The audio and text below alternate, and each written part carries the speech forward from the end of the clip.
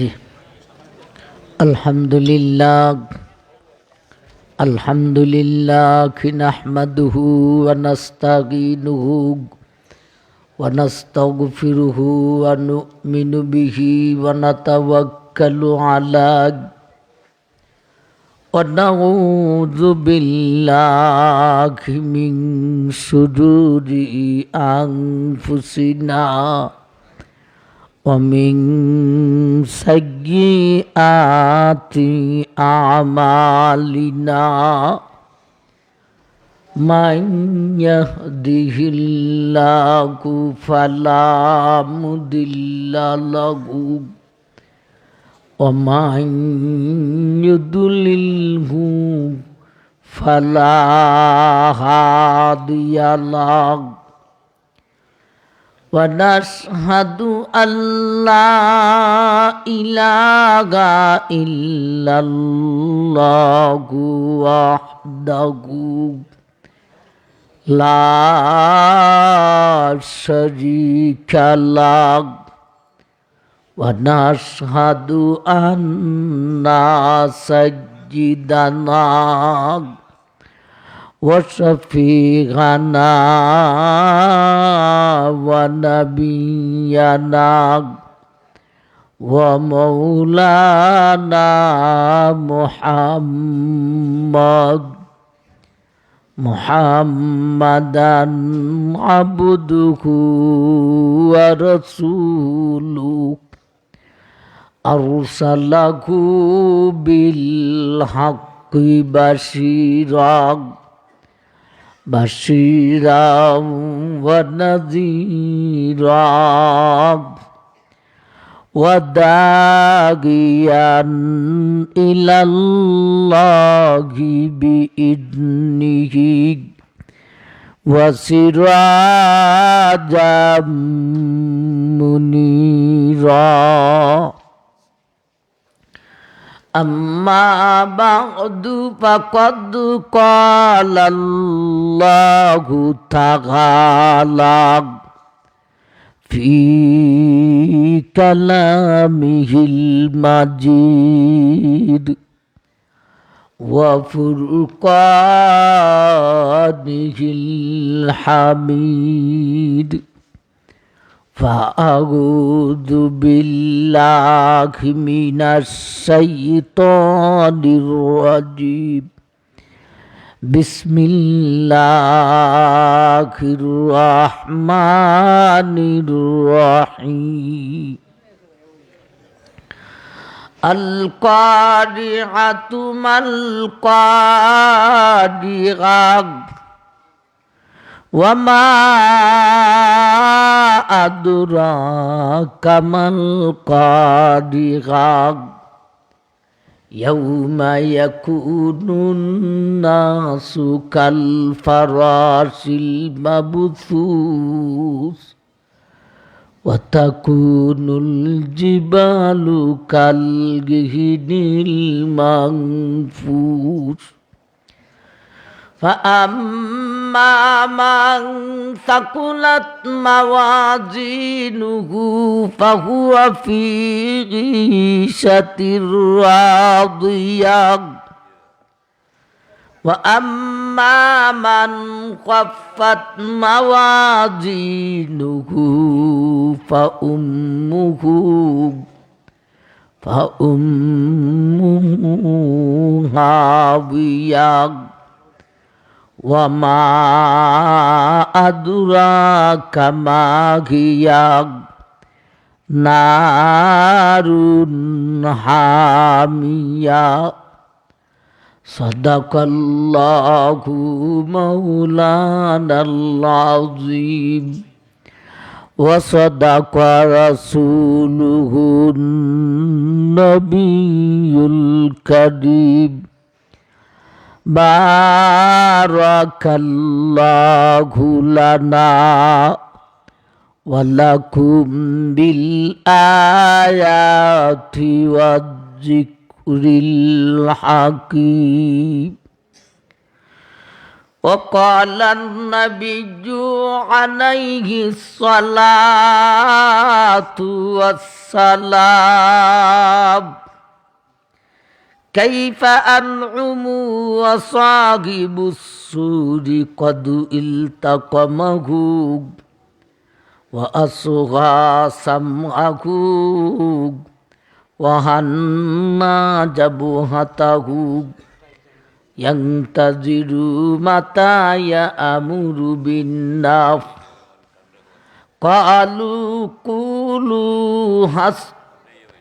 قالوا ماذا تأمرنا يا رسول الله قال قولوا حسبنا الله أو كما قال عليه الصلاة والسلام صلى الله على سيدنا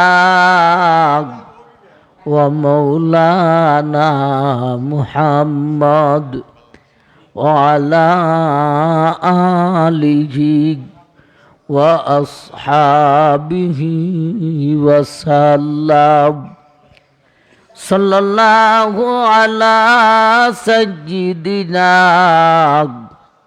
ومولانا محمد وعلى آله وأصحابه وسلم تسليما كثيرا كثيرا أما بعد শ্রদ্ধেয় জনাব সভাপতি সাহেব, দিগর উলামায়ে কেরাম, মুরব্বিয়ান গজাম, পর্দানিশিন মা ও বোন, উপস্থিত দিন দরদি সুধী সমাজ, আমার ভাই, আপনাদের লাল সবুজ যুব সমাজ কল্যাণ সংস্থার উদ্যোগে আয়োজিত 15 বার্ষিক তাফসীরুল কোরআন মাহফিল, 11তম তাফসীরুল কোরআন মাহফিল। উলামায়ে কেরাম আলোচনা করছেন, আরও আলোচনা শ্রবণের উদ্দেশ্যে আপনারা নীরবে নিস্তব্ধে বসা আছেন। কর্তৃপক্ষ বিষয় দিয়েছেন কিয়ামতের বিভীষিকা। গত বছর এই বিষয়ের উপরেই আপনাদের এখানে আলোচনা করেছিলাম।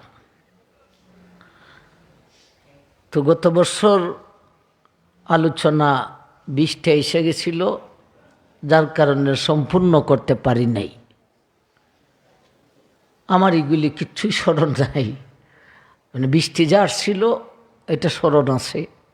কি বিষয়ে আলোচনা করছিলাম, কই পর্যন্ত গেছিলাম, এগুলি আমার স্মরণ নেই। তথাপিও আপনারা যেহেতু এই বিষয়ে দিছেন, গত বছর আমরা কিছু উন্নত করছি, এরপর থেকে আমরা একটা আইডিয়া করে কিছু কথা বলবো ইনশাআল্লাহ। ইসরাফিল সিংগায় ফু দিবেন মোট 2 বার। এটা দিয়ে এই বাতিটা আমাদের চোখে ধরে। ভিডিও তো এটা হইতেছে না,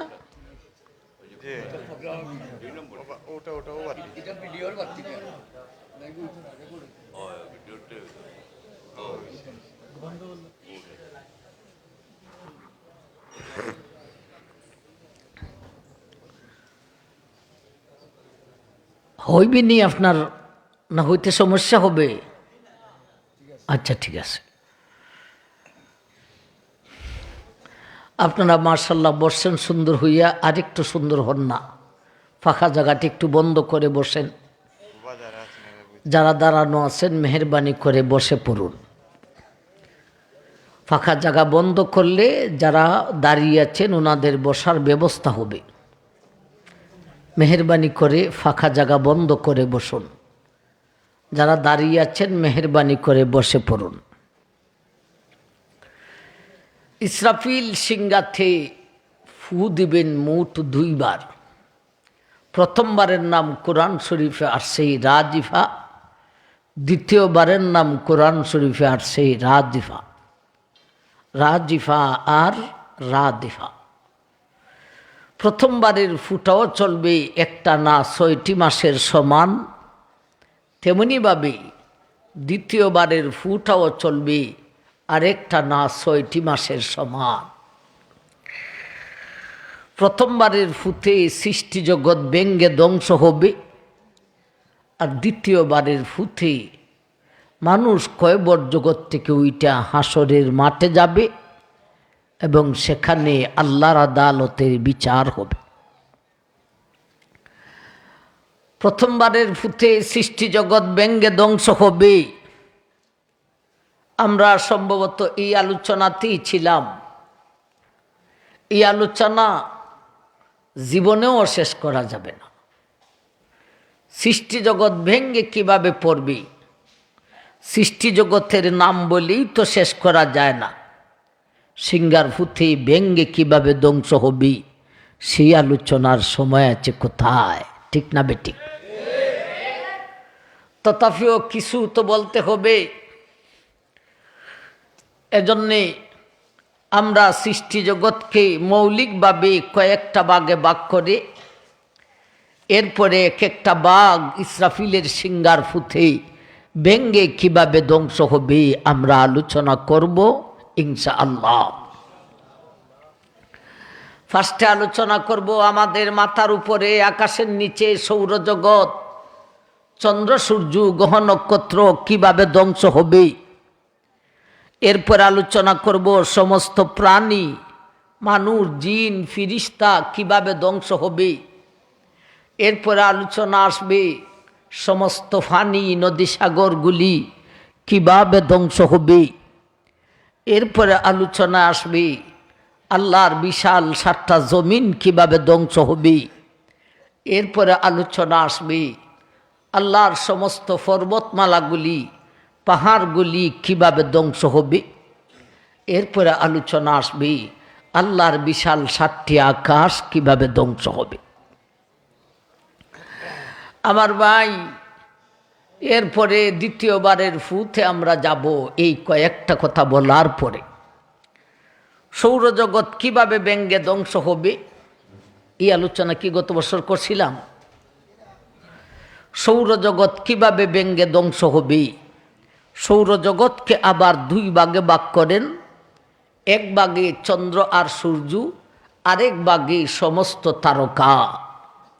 সমস্ত তারকাগুলি ব্যঙ্গে কিভাবে ধ্বংস হবে আল্লাহ একখান আয়াতে আলোচনা করেছেন। ইজা শামসু কুব্বিরাত ওয়া ইজান নুজুমু কাদারা। সমস্ত তারকাগুলি সেই সিঙ্গার বিকট আওয়াজে আলোহীন হয়ে যাব। আলোর রশ্মি ইঞ্চি পরিমাণও থাকবে না। আলোহীন হওয়ার পরে সমস্ত তারকাগুলি ব্যঙ্গে জোড়া জোড়া হইব। জোড়া জোড়া হইয়া কিছুটি উড়িয়া উপরের দিকে যাইব, আর কিছুটি নিচেই সাগরের মধ্যে পতিত হইব। তারকাগুলি থাকবে না শেষ হয়ে যাবে? এখন আসুন বিশাল চন্দ্র সূর্যের কথা শুনি। বিশাল বলতে কত বড়? কোনো বৈজ্ঞানিককে বলেছেন সূর্য হলো পৃথিবী থেকে 7 ডাবল, কোনো বৈজ্ঞানিককে বলেছে সূর্য হলো পৃথিবী থেকে 14 ডাবল। 7 ডাবল আর 14 ডাবল। আমি কই মানুষের গ্যাস্ট্রিক হয় ফেডে, বৈজ্ঞানিকের গ্যাস্ট্রিক সব মাথায়। সূর্য পৃথিবী থেকে কত ডাবল তুমি মাইফা দেখছিলাইনি? আজও পর্যন্ত পৃথিবীর সঠিক আয়তন বলতে পারে নাই, কিয়ামত পর্যন্ত বলতে পারবেও না। আর জমিনের গভীরতা কতটুক তা তো বলা সম্ভবই নয়। ও বৈজ্ঞানিক, যদি সত্যি বাহাদুর হয়ে থাকো একটা ফিতা লও, আগে 7টা জমিনকে মাপ দে, আগে জমিনকে একটা মাপ দেও, এরপরে সূর্য তো ওইটা আরেকটা মাপ দে, এরপরে বলবে সূর্য পৃথিবী থেকে কত ডাবল, 7 ডাবল না 14 ডাবল না কত ডাবল, একমাত্র জানেন মহান আল্লাহ। সেই বিশাল চন্দ্র সূর্য সিঙ্গার ফুথে কিভাবে ধ্বংস হবে আল্লাহ আরেকখান আয়াতে আলোচনা করেছেন।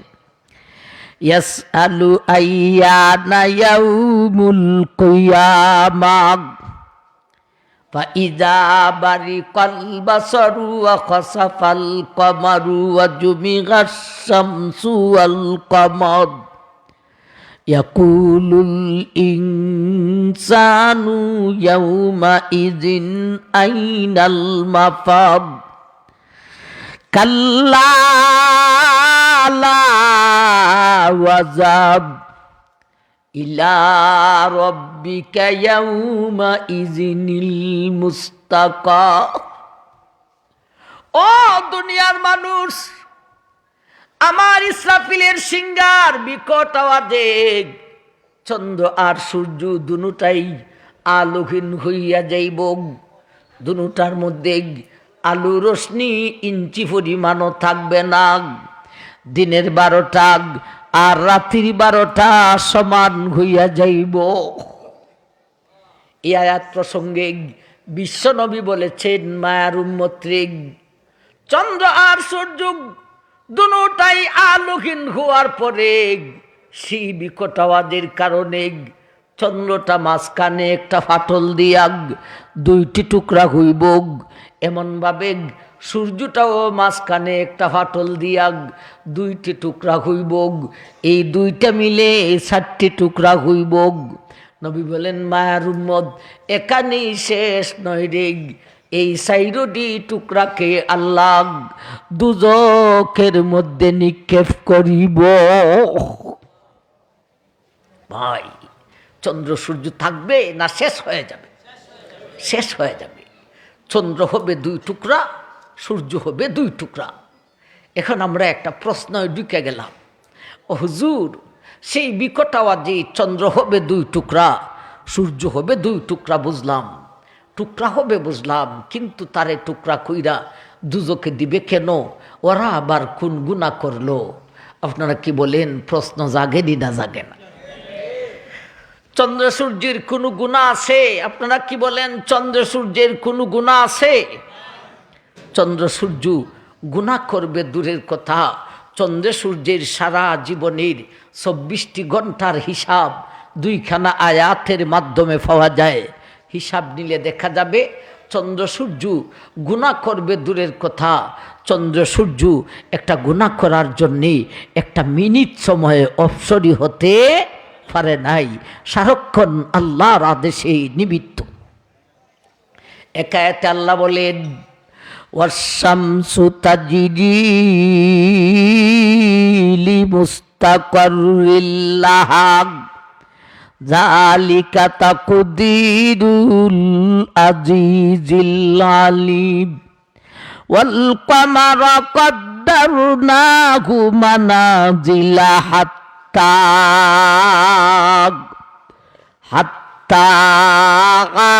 আদাকাল উরজুনিল কদির। ও দুনিয়ার মানুষ, আমার সূর্য পূর্ব দিকে উদয় হয়, সারাদিন তার কক্ষপথে চলে রে, বিকেলে পশ্চিম দিকে অস্ত যায়।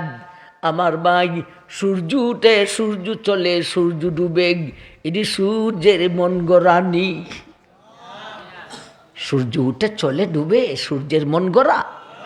আমেরিকার আদেশে, রাশিয়ার আদেশে, শেখ হাসিনার আদেশে? যালিকা তাকদীরুল আজিজিল আলিম। ও দুনিয়ার মানুষ, চন্দ্র আর সূর্য পূর্ব দিকে উদয় হয়, সারাদিন তার কক্ষপথে চলে, বিকেলে পশ্চিম দিকে অস্ত যায় রে সূর্য। মন গড়াও নয় রে, কোনো রাজা বাদশাদের আদেশ পালন করে নয় রে, একমাত্র আমি মহান আল্লাহর আদেশ পালন করিয়া। তাইলে উদয় থেকে অস্ত পর্যন্ত একটা গুনাহ করার জন্যে একটা মিনিট সময় তার কাছে অবসর আসেনি? নাই। আমার ভাইজান, তাইলে উদয় থেকে অস্ত পর্যন্ত একটা গুনাহ করার সময় নাই, বুঝলাম। এখন তো প্রশ্ন হলো, হুজুর উদয় থেকে অস্ত পর্যন্ত গুনাহ করার সময় সূর্যের কাছে নাই, কিন্তু অস্ত যাওয়ার পরে কোথায় যায় সেই কথাটা তো বোঝার দরকার, ঠিক না ঠিক? কারণ মানুষ দিনের আলো থেকে রাতির অন্ধকারে গুনাহটা বেশি কইরা থাকে। সূর্য অস্ত যাওয়ার পরে সুদ খাইতে যায় না, ঘুষ খাইতে যায় না, মদ খাইতে যায় না, জুয়া খেলতে যায় না, গান গাইতে যায় না, অবৈধ প্রেম ফিরিতে করতে যায়, কোথায় যায়? আরেক আয়াত প্রসঙ্গে আল্লাহ রসুল বলেছেন, আয়াত কান আগে শুনি, রসুলের কথা কান পরে শুনি। আশ-শামসু ওয়াল কামারু বিহুসবান ওয়ান নাজমু ওয়াশ-শাজারু ইয়াসজুদান ওয়াস-সামাআ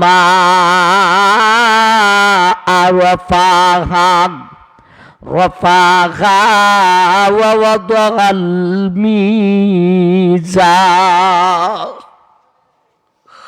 ও দুনিয়ার মানুষ, এই আয়াত প্রসঙ্গে বিশ্বনবী বলেছেন, ও মায়ার উম্মত, সূর্য পূর্ব দিকে উদয় হয়ে সারাদিন তার পথে চলে, বিকেলে পশ্চিম দিকে অস্ত যায়। মন গড়া ও নৈরিক কোনো রাজা বাদশাদের আদেশ পালন করে নৈরিক, একমাত্র আল্লাহর আদেশ পালন করিয়া অস্ত যাওয়ার পরে কোথায় যায় রে? সুদ খাইতে যায়নি না রে নাগ, ঘুষ খাইতে যায়নি না রে নাগ, মদ খাইতে যায়নি না রে নাগ, গান গাইতে যায়নি না রে নাগ, অবৈধ প্রেম ফিরিতি করতে যায়নি না রে নাগ। এ মার উম্মত, আল্লাহর সূর্যখানি পশ্চিম দিকে অস্ত যাওয়ার পরে আল্লাহর আরশের নিচে গিয়া আল্লাহর কুদরতি কদমের মধ্যে সেজদা করে রে।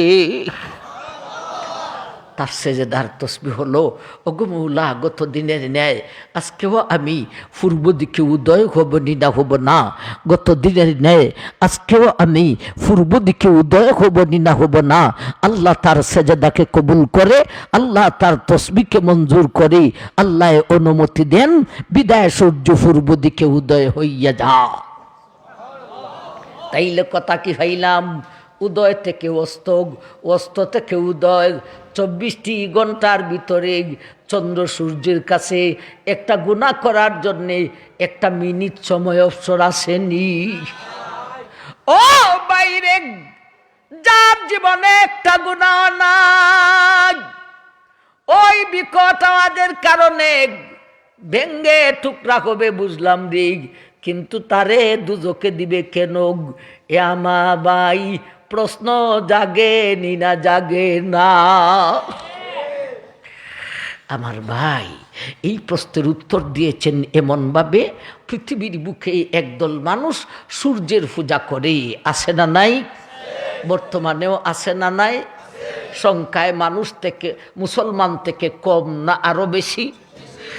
আদিকালেও সূর্যের পূজক ছিল নি না ছিল না? আদিকালে আল্লাহর এক নবী ছিলেন, তিনি সারা বিশ্বের সম্রাটও ছিলেন। তিনি হলেন আল্লাহর নবী হযরত সুলাইমান আলাইহিস সালাতু ওয়াস সালাম। ইনি এমন এক আজীব নবী ছিলেন, তিনি অন্য প্রাণীর ভাষা বুঝতেন, এদের ভাষায় এদের সাথে কথাও বলতে পারতেন। এমনকি ছোটো ছোটো প্রাণী পাখির সঙ্গে তিনি কথা বলতেন এবং এদের ভাষায় চেউমেউ টেউমেউ করে এদের সাথে তিনি কথাও বলতে পারতেন। হুদহুদ নামক পাখি রানী বিলকিসের রাজ্য সম্পর্কে যখন নবী সুলাইমানকে তথ্য দিয়েছিল, সেই পাখিটাও সূর্যের পূজারি নিয়ে কিছু কথা বলেছিল। কি কথা বলেছিল?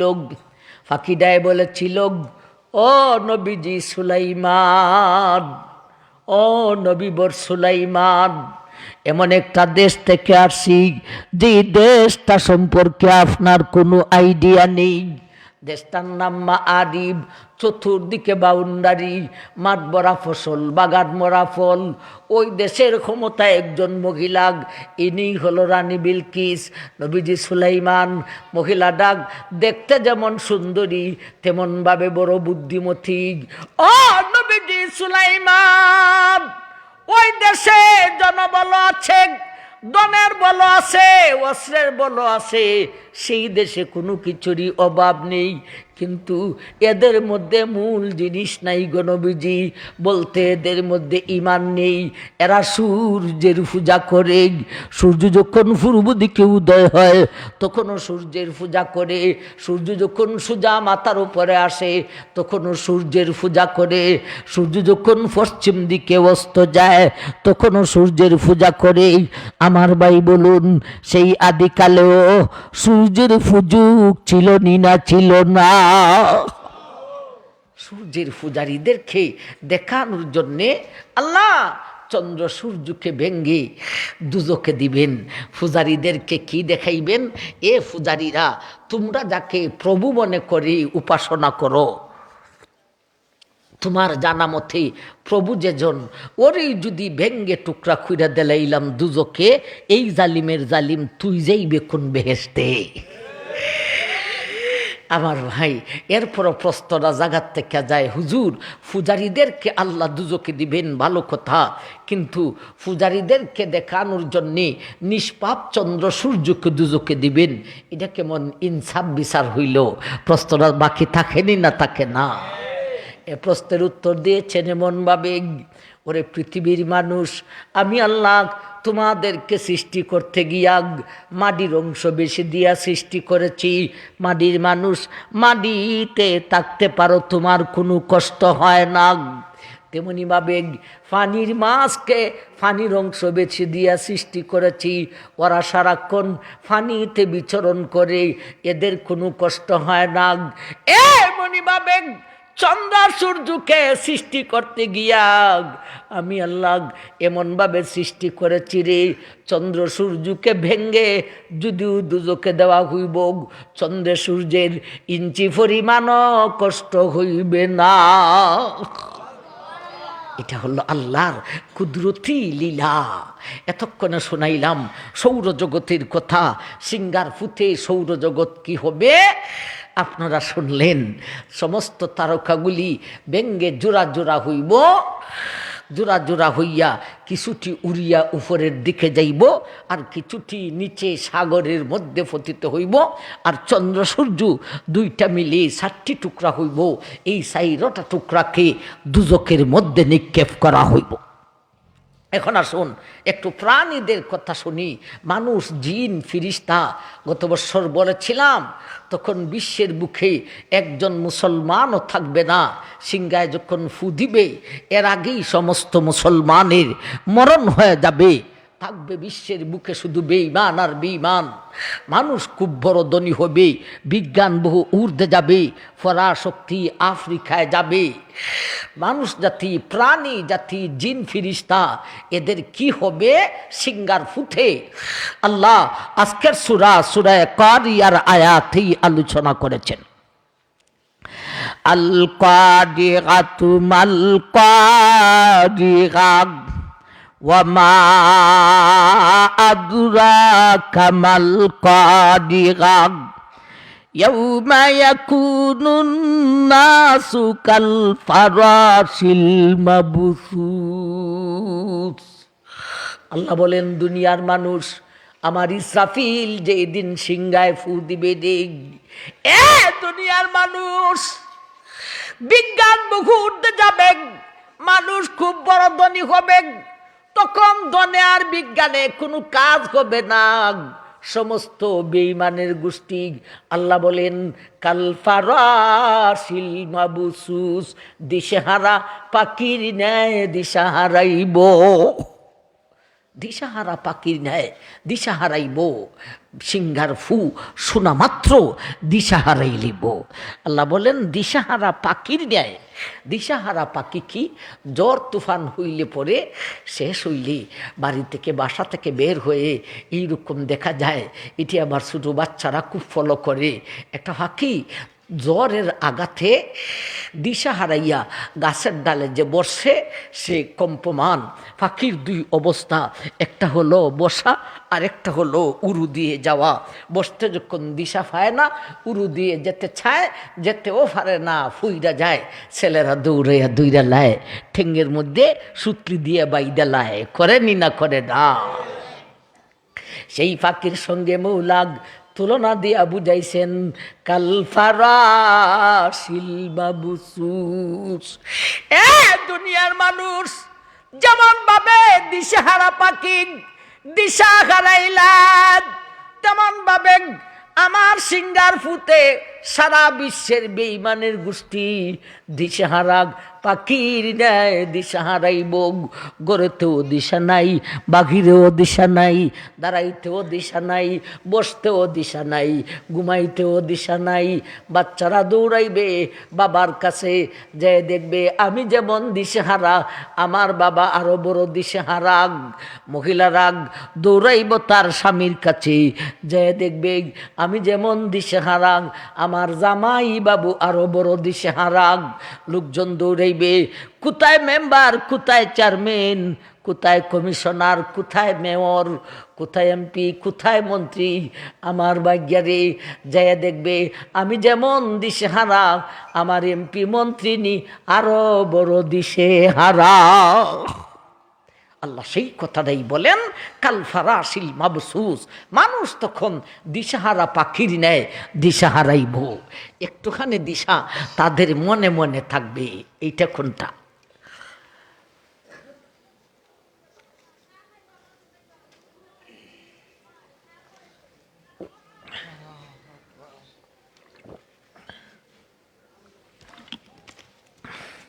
একটুখানি দিশা তাদের মনে মনে থাকবে। মানব গোষ্ঠীর কি সেটা হবে, ওই গ্রামেতে দিশা নাই, শহরেতে দিশা নাই, মহল্লাতে দিশা নাই, বাজারেতে দিশা নাই। সম্ভবত যার জির মাঠে নামলে আমরা দিশা পাইতে পারি। মানুষ ডাকাডাকি করবে, চলো মাঠে চলো, যাকে যাকে মানুষ যার জির মাঠের মধ্যে অবস্থান করবে মোটামুটি একটু আরাম পাইবে। কিছুক্ষণ পরেই দেখতে পাইবে এখন ফাঁকি মানুষ দেখলে বয়েতে উড়া দিয়া যায়। সেই দিন সেই বিকট আওয়াজের বয়েতে ফাঁকিরা উড়া দিয়া মানুষের মাথার উপর সারিবদ্ধ হবে।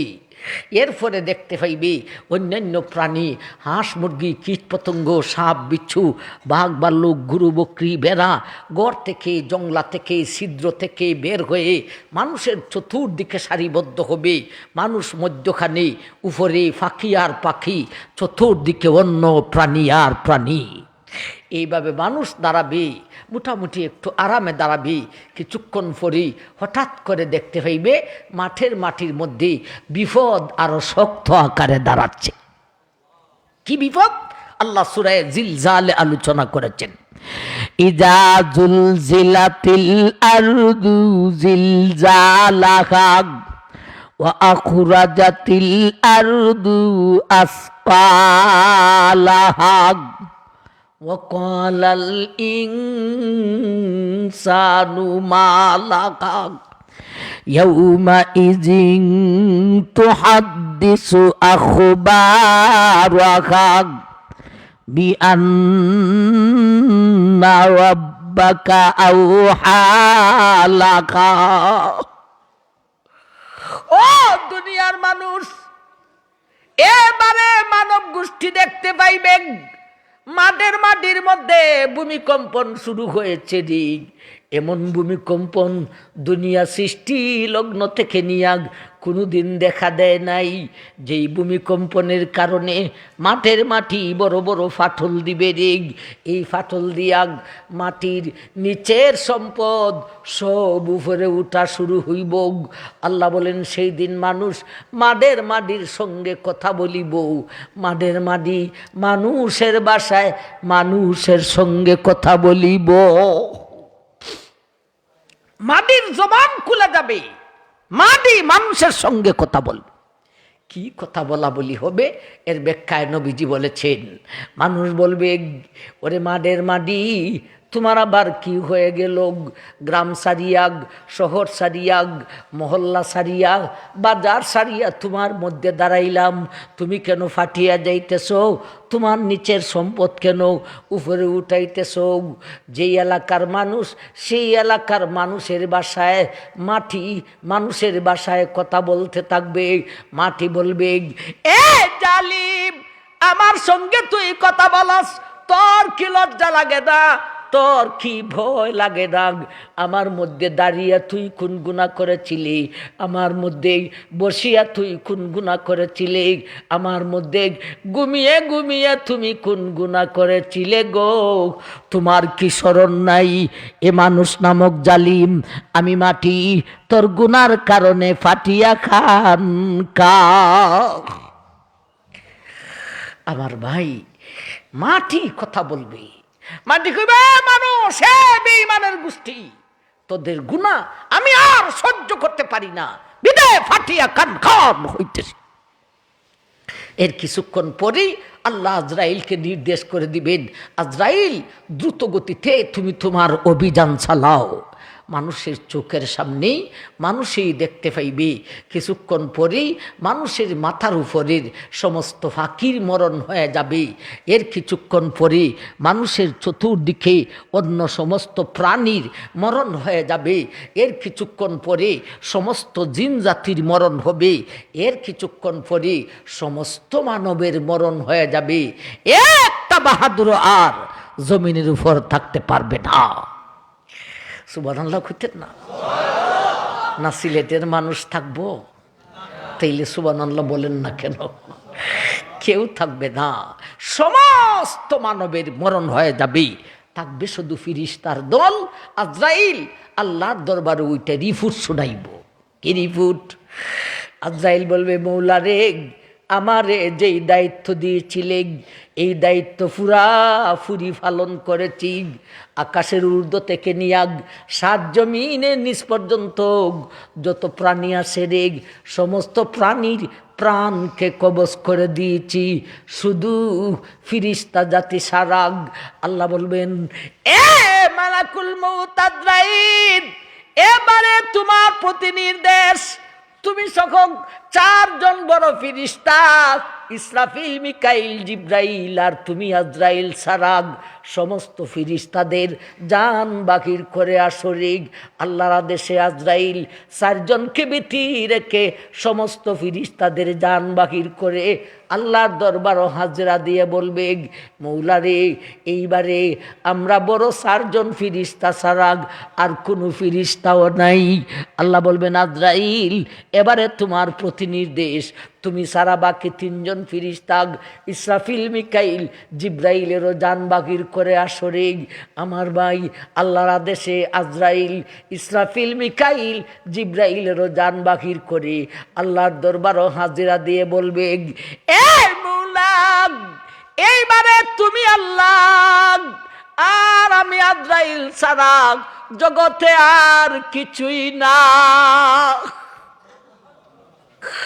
আল্লাহ বলবেন, এ মালাকুল মউত আজরাইল, তুমি তো সবের জন্যে মালাকুল মউত আজরাইল ছিলে দি, এইবারে তুমি আজরাইলের জন্যে কে আজরাইল বনবে জানো নি? আমি আল্লাহ একটা আদেশ করে দিব, আমার আদেশটাই তোমার জন্যে আজরাইল বনিয়া যাইব। এই বলতে বলতেই আল্লাহ আদেশ করে দিবেন, বুত ইয়া মালাকাল মউত, এ মালাকুল মউত আজরাইল, তুমি মরে যাও। আল্লাহর আদেশের সঙ্গে সঙ্গে আজরাইলেরও মরণ হইয়া যাইব।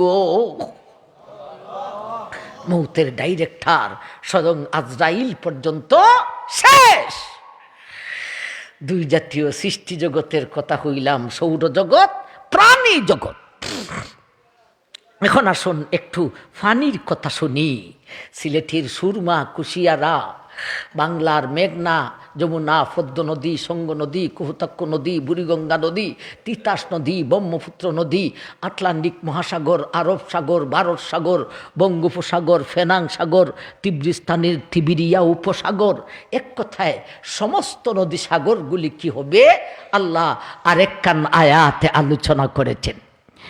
ইজাসসামাউন ফাতারাত ওয়া ইজাল কাওয়াকিবু তাসারাত ওয়া ইজাল বিহারু ফুজ্জিরাত। আল্লাহ বলেন ওয়া ইজাল বিহারু ফুজ্জিরাত।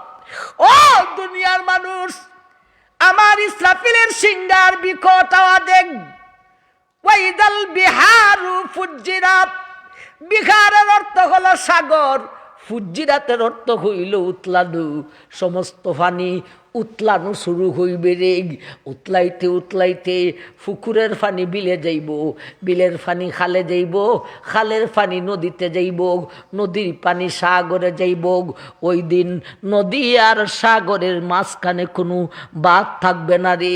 ওই দিন মিঠা পানি আর নমক পানির মধ্যে কোনো ব্যবধান থাকবে না। উতলাইতে উতলাইতে সমস্ত পানি একত্রিত হইয়া যাইব। নবী বলেন মায়ের উম্মত এখানেই শেষ নয় রে। এ মায়ের উম্মত, সমস্ত পানি একত্রিত হওয়ার পরে ওই বিকটাদের কারণে পানি দিয়া জায়গায় জায়গায় আগুন উঠা শুরু হইব। নবী বলেন মায়ার উম্মত এখানেই শেষ নয় রে, শেষ পর্যন্ত সমস্ত পানি, সমস্ত নদী সাগরের পানি আগুনে পরিণত হইব। নবী বলেন মায়ার উম্মত এখানেই শেষ নয় রে, এই আগুন দিয়া হাসরের মাঠের চতুর্দিকে বাউন্ডারি দেওয়া হইব। দেখটাইনি হাসরের মাঠ থেকে ফলায়ন কইরা সিলেটটা মানুষ, সিলেটের বেডাবেডি ফলায়ন কইরা হাসরের মাঠ থেকে যাওয়ার কোনো ব্যবস্থা নাই। সমস্ত পানি আগুন হবে, আর সেই আগুন দিয়া হাসরের মাঠের চতুর্দিকে বাউন্ডারি দেওয়া হইব। এই হাদিসের উপর ভিত্তি করে বৈজ্ঞানিকরা শুনছে, নবী বলছেন ফানি থেকে আগুন উঠবে, এর উপর গবেষণা করে ফানি থেকে কারেন্ট তৈরি করা হয়েছে। সৌরজগৎ শেষ, প্রাণী জগৎ শেষ, ফানিও শেষ। আল্লাহর বিশাল 7টা জমিন থাকবে না শেষ হয়ে যাবে? ইজা জুলজিলাতিল আরদু জিলজালাহা ওয়া আখরাজাতিল আরদু আসকালাহা ওয়া ক্বালাল ইনসানু মা লাহা ইয়াউমা ইযিন তুহাদ্দিসু আখবারাহা বিআন্না রাব্বাকা আওহা লাকা। ও দুনিয়ার মানুষ, ওই সিংহার বিকট আওয়াজে জমিনের মধ্যে ভূমিকম্পন শুরু হইব, বড় বড় ফাটল দিবে। এই ফাটল দিয়া মাটির নিচের সম্পদ সব উপরে উঠিয়া যাইব, জমিনটা হয়ে যাবে একেবারে ঠু। জমিনের নিচে সম্পদ আছে, ভারী সম্পদ আছে। ভারী সম্পদ কি আছে জানেন? জমিনের নিচে স্বর্ণরূপার পাহাড় আছে। আল্লাহ আকাশ সৃষ্টি করছেন স্বর্ণরূপা দিয়া, আবার জমিনের নিচে উপরে যেমন পাহাড় আছে, মাটির পাহাড়, তেমন ভাবে জমিনের নিচে পাহাড় আছে স্বর্ণরূপা। এগুলি কোনো বৈজ্ঞানিকে পাইবে না, বাহিরও করতে পারবে না, সম্ভব হবে না। ইসরাফিল সিংহায় ফু দিলে এই নিচের সম্পদ সব উপরে উঠিয়া জমিনটা হয়ে যাবে একেবারে ঠুল।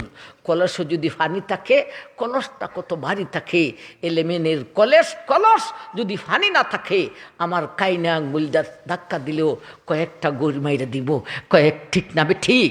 তো জমিনের নিচে ভারী সম্পদের কারণে জমিন নড়াচড়া করে না, দৃঢ়তার সাথে বসা।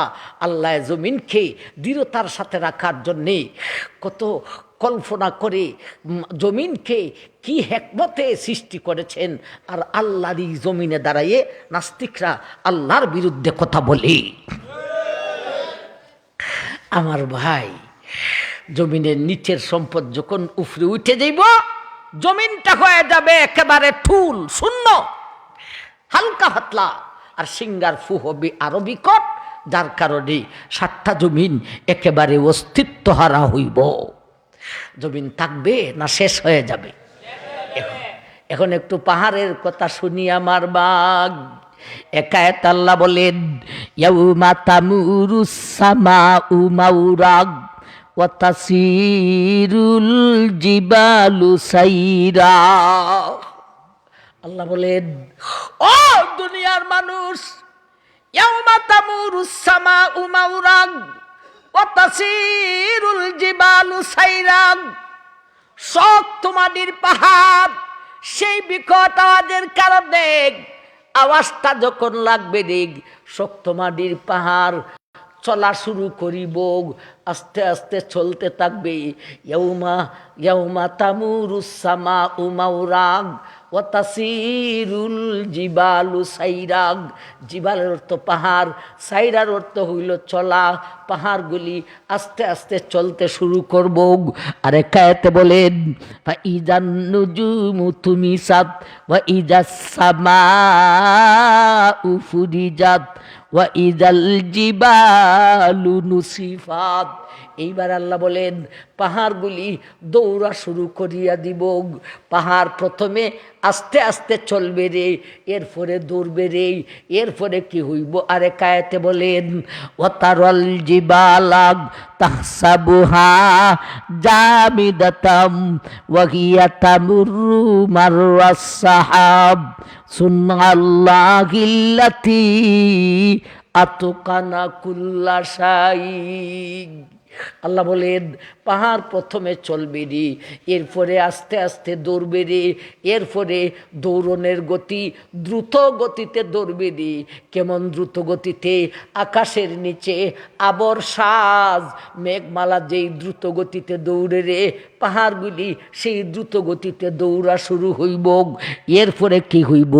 আজকের সূরা কারিয়ার আয়াতেই আল্লাহ বলেন, ইয়াউমা ইয়াকুনুস সাবাগ আল কারিয়াতু মাল কারিয়াগ ওয়া মা আদরাকা মাল কারিয়াগ ইয়াউমা ইয়াকুনুন নাসু কাল ফারাশিল মাবসুস ওয়া তাকুনুল জিবালু কাল গিহিনিল মানফুস।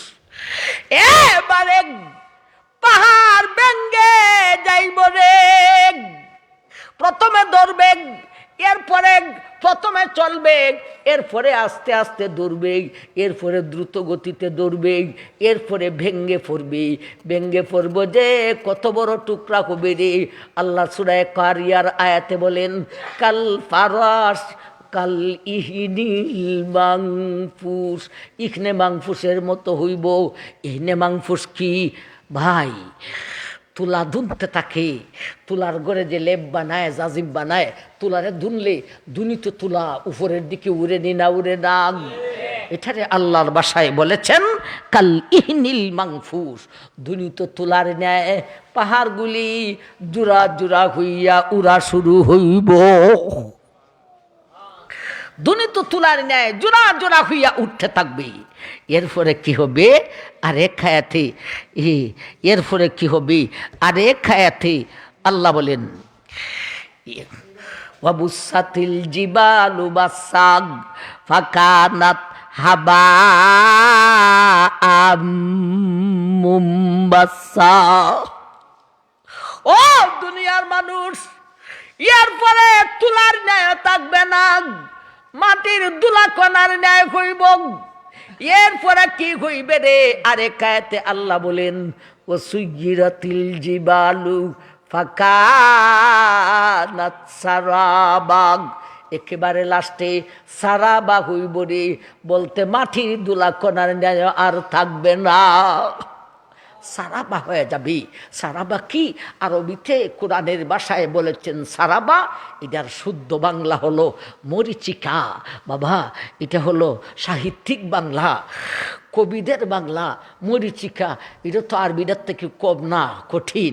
মরিচিকা সহজে বুঝাই দিই। দেখেন অনেক সময় দিনের বেলা যখন রুদ্র থাকে, আপনি গাড়ি দিয়ে চলেন, বাসে থাকলে সামনে বসা থাকলে দেখা যায় দূরে রোডের মধ্যে পানি দেখা যায়, ঠিক না বেটি? পানির কাছে গেছে, এখানে পানি নাই, আরো দূরে দেখা যায় পানি। মাঠের মধ্যে যদি ফসল না থাকে শীতের সিজনেই, ঠিক দুপুরের সময় গ্রাম থেকে বাহির হইয়া মাঠের দিকে তাকাইলে দেখা যায় মাঠের মধ্যখানে ঢেউ খেলতেছে পানি, যায় দেখা যায় একটা ফোঁটা পানিও নাই। এটাকে বলে মরিচিকা। এটাকে আরবিতে বলে কোরআনের ভাষায় সারাবা, অর্থাৎ পাহাড়টা শেষ পর্যন্ত মরিচিকার অস্তিত্ব নাই। মরিচিকা বাস্তবে কিচ্ছুই না, মরিচিকার মতো অস্তিত্ব হারা হইব। পাহাড় থাকবে না, শেষ হয়ে যাবে। তাইলে আর রইল কি? আকাশ। আকাশ থাকবে না, শেষ হবে। ইয়াউমা তামুরুস সামাউ মাউরা। আকাশগুলি প্রথমে থর থর করে কম্পমান হইব, এরপরে ফাটিয়া যাইব, এরপরে কি হবে? ওয়াংশাক্কাতিস সামাউ ফাহিয়া ইয়াউমা ইযিম ওয়াহিয়াগ। একেবারে লাস্টে ওয়াহিয়া হইব রে। ওয়াহিয়ার মতলব হলো অস্তিত্ব হারা হইব।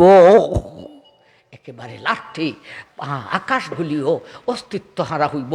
সৌরজগৎ শেষ, প্রাণী জগৎ শেষ, পানিও শেষ, জমিনও শেষ, পাহাড়ও শেষ, আকাশও শেষ। রইব কি? কিচ্ছুই থাকবে না, মাত্র 8টা জিনিস ছাড়া। কয়টা জিনিস ছাড়া?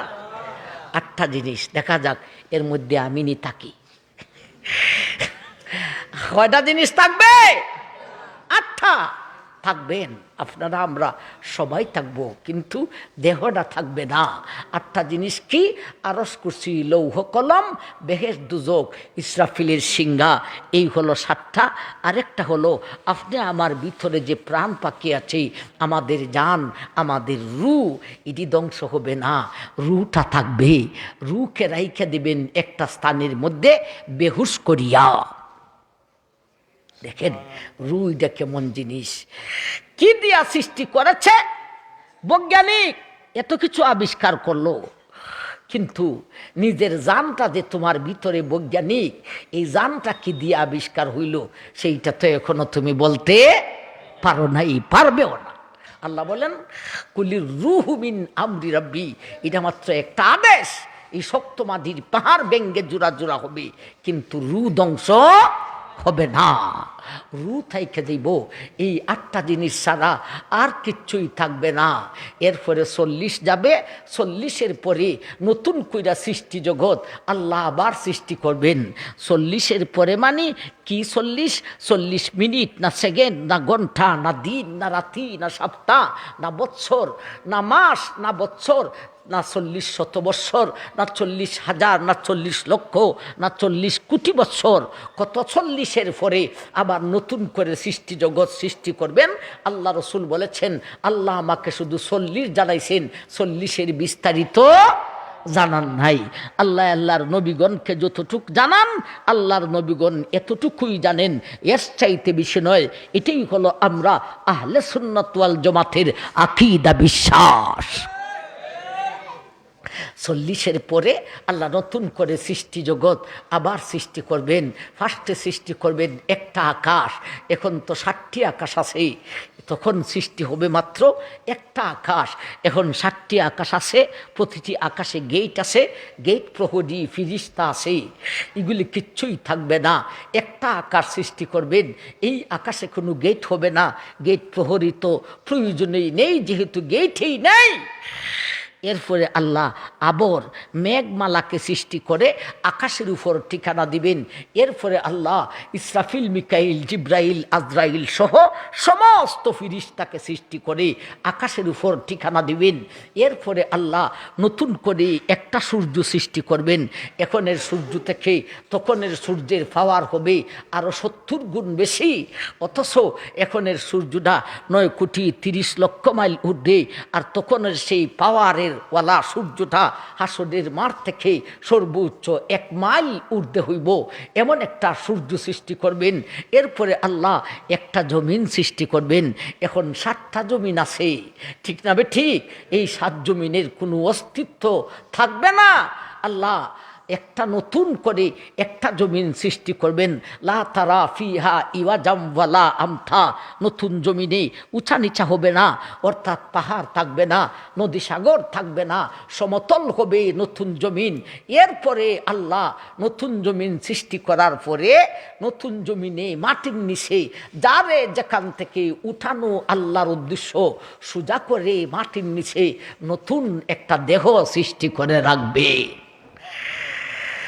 আমার ভাইজান, এই দেহ থাকবে না, এটা ফসিয়া গলিয়া মাটিটা মাটি হয়ে যাবে, কিন্তু আমাদের ভিতরে যে রূহ আছে এটা ধ্বংস হবে না, এটা থাকবে। সব মানুষের জন্যে নতুন জমিনের নিচে মাটির নিচে দেহ সৃষ্টি করে রাখবেন, কিন্তু সৃষ্টি করেই রূহ দিবেন না, দিবেন একটু পরে। আমার ভাইজান, এরপরে আল্লাহ সমস্ত রূহগুলিকে আদেশ করবেন, তোমরা যার নিজ নিজ আসন গ্রহণ করো। এদের আসন কোথায়? ইসরাফিলের সিংহার ভিতরে প্রতিটি রূহের জন্যে নির্ধারিত একটা সুরাক আছে। এই আসন গ্রহণ করার পরে আল্লাহ ইসরাফিলকে আদেশ করে দিবেন। এতটুকুর পরে সিংহা তো আগেরটাই আছে, ইসরাফিল মইরা উঠল, ইসরাফিলকে আদেশ করে দিবেন, ও ইসরাফিল, তুমি তোমার সিংহায় দ্বিতীয়বারের মতো আরেকটা ফু মারিয়া দাও। একবার বলুন সুবহানাল্লাহ। 2 বৎসরের 2 দিনের আলোচনায় প্রথমবারের ফুতে কি হবে আমরা মোটামুটি একটা শেষ করে দ্বিতীয়বারের ফুর লাগাল পাইলাম। আজকের মতো এখানেই রাখতে চাই, আর আমরা সামনে বাড়ব না। আল্লাহ তুমি আমরা সবাই কবুল করো। কিয়ামতের আলোচনার মূল উদ্দেশ্য হলো অন্তরে ভয় পাওয়া। ভয় পাইলেই গুনাহ ছাড়তে পারে, ইবাদত করতে পারে। আল্লাহ আজকের আলোচনাকে ভিত্তি করে আমাদের